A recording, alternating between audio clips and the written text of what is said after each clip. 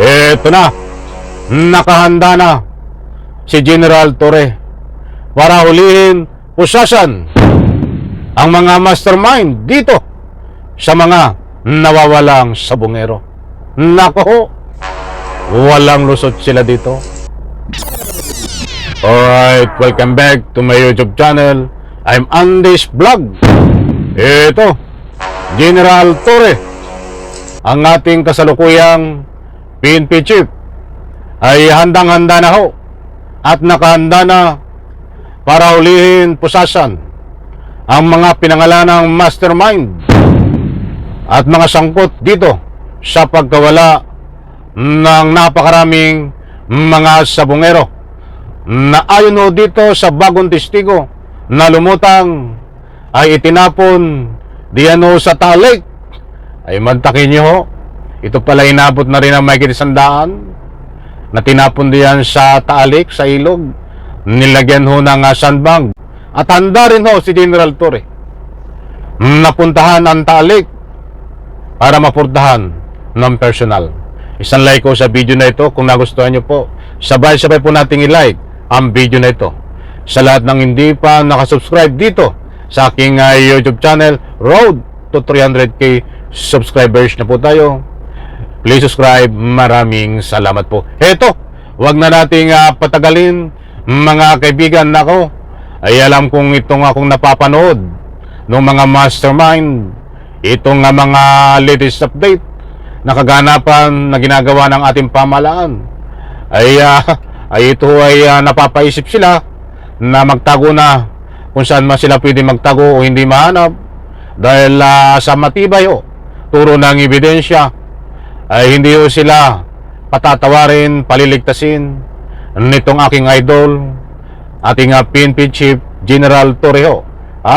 Ay kung hinukay nga si Kibuloy diyan ho sa walang tubig sa ilalim ng building, ay hukay naman kayo ni General Torre dito sa ilalim ng tubig para lang ika nga po yung mapusasan ang itong mga mastermind.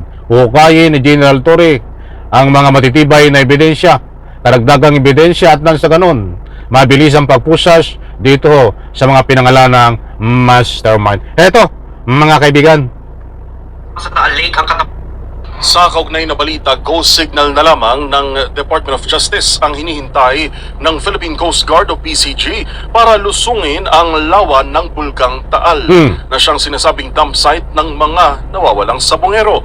Ang mga detalye tinutukan ni Kyle Pulias. Nakahanda na ang mga tauhan ng Philippine Coast Guard sakaling palasungin sila sa Taal Lake para hanapin ang mga nawawalang sabongero. Kaugnay ito ng ipinunyag ng isang suspect na si alias Toto. nako, ay magbalot-balot na kayo. At kahit kayo magbalot-balot, itong kinanta ng testigo, alam nyo, ay hinihintay pa natin maaaring ilang araw, bukas, makalawa, isang araw, o bigla na lang itong ihahayag ng Department of Justice itong mga pinangalanan na mastermind.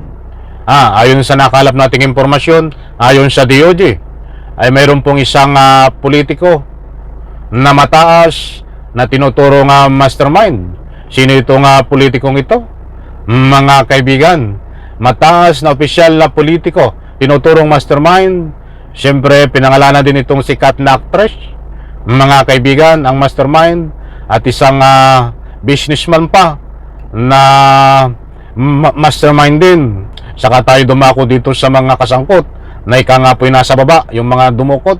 Ito yun lang mga nag-utos ang tinutukoy po natin. Abangan po, alam po natin yan, ayaw ko lang banggitin dahil nakakuha po tayo ng impormasyon. At kung mag-a-analisa po tayo and connection dito ay alam na po natin yan, kaya lang inihintay ko po, ayaw kong pangunahan ang DOJ. At mas magbuti ho silang mauna, at kapag napangalanan po nila ng bombo ay babahagi ko po sa inyo. Ito pa mga kaibigan, ay itinapon umano sa Taal Lake ang katawan ng 34 na missing sabongeros. Sa panayam ng DZRH News kay Captain Noemi Giraw Kayabyab, tagapagsalita ng PCG, sinabi nitong hinihintay na lamang nila ang direktiba mula sa Department of Justice Sa kasalukuyan ani ay wala pang request at coordination mula sa DOJ para simulan ang tinawag ni Giro Cayabyab na high-risk operation. Sa kabila nito, tiniyak ni Giro Cayabyab ang kahandaan ng kanilang mga technical diver na posibleng i-deploy sa Taal Lake. Direktiba po ng ating komandante ay meron po tayo naka-standby. Alin po diving team po po. Ayun mga kaibigan, medyo mahaba yung interview na yan. At dito, ibibigay ko naman sa inyo ang kahandaan din ni General Torre at ng DOJ. Handang-handa na po si General Torre. Marami pong ibig sabihin nito. Handa na pusasan, handa na ho dito kung ano man ang dapat gawin ni General Torre. Ito po, sana maunawaan nyo, medyo maingay lang yung ang background. Ito ho. Arrangement kami Andali lang ha. At medyo ano itong aking ano. Ito. Pakinggan po. May affidavit na ba siya, sir? Nakausap ko na siya regarding that before. And basta't meron kami rito ni General Torre. Meron na kami arrangement. What can you share po about that arrangement? For now.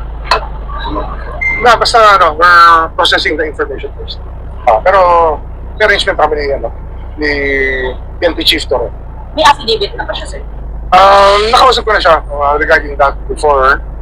And basta't meron kami rito ni General Torre. Ayun mga kaibigan, pasensya na ako medyo naulit ha. Dahil para lubos nyo pong maunawaan ay maliwanag naman po diyan. Yan po ang ating Secretary of Justice. Medyo tipid lang po yung kanyang sinabi. Ay naunawaan po natin, tipid ang kanyang sinabi. Dahil baka mabulyaso. Ang sinabi niya lang, mayroon na siyang arrangement ni General Torre tungkol dito sa mga mastermind.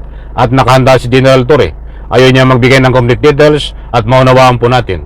So mga kaibigan, hindi po natutulog ang ating pamahalaan dito sa bagong development ng nawawalang mga sabungero. At ito nga si General Torre ay nakahanda na kung ano ang dapat gawin sa mastermind, kung ano ang dapat gawin dito ho sa mga sangkot dito. At handa rin si General Torre na mismo puntahan ang Taal Lake upang sa ganun personal niya na ika nga po'y makita kung ano ang dapat gawin doon, mga mahal kong taga-subaybay. Nako, dito sa pahayag ng DOJ, ang sabi nga may arrangement na kami dyan ni General Torre.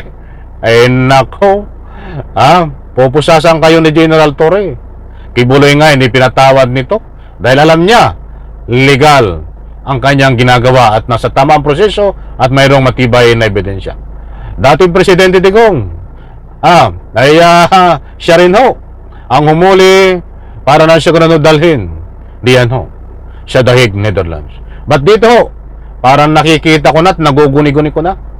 Ito lang ho ang makikita ko na PNP chief na sumasama ho diyan ho sa mga ganyan lakad katulad niyang sa Bulkan Taal para ulihin din ang mastermind kung sino mang malalaking tao dito ang sangkot, isang politiko na mataas, artista, at businessman, may-ari ng sabungan. Nako, isang araw ho, magigising tayo na pinupusasan ho ito ni General Torre upang dalhin diyan ho sa kulungan at ikulong sa tunay na riyas na bakal upang managot sa kanyang mga kinakaharap na kaso. Alam ko mga kaibigan, abang-abang po tayo dahil ito bukas isang araw ay nandiyan na ho ibibigay sa atin ang mga pangalan ng mga kung sino itong sinasabing politiko na mataas, artista, at siyempre itong may-ari na ang sabungan. Alam kong kilala nyo na yan, but kilala ko din no. At alam ko na kung ano ang pangalan, ayaw kong pangunahan ang ating mga kinaukulan. Isang like ko sa video na ito. Maraming salamat, bye-bye. Palakpakan.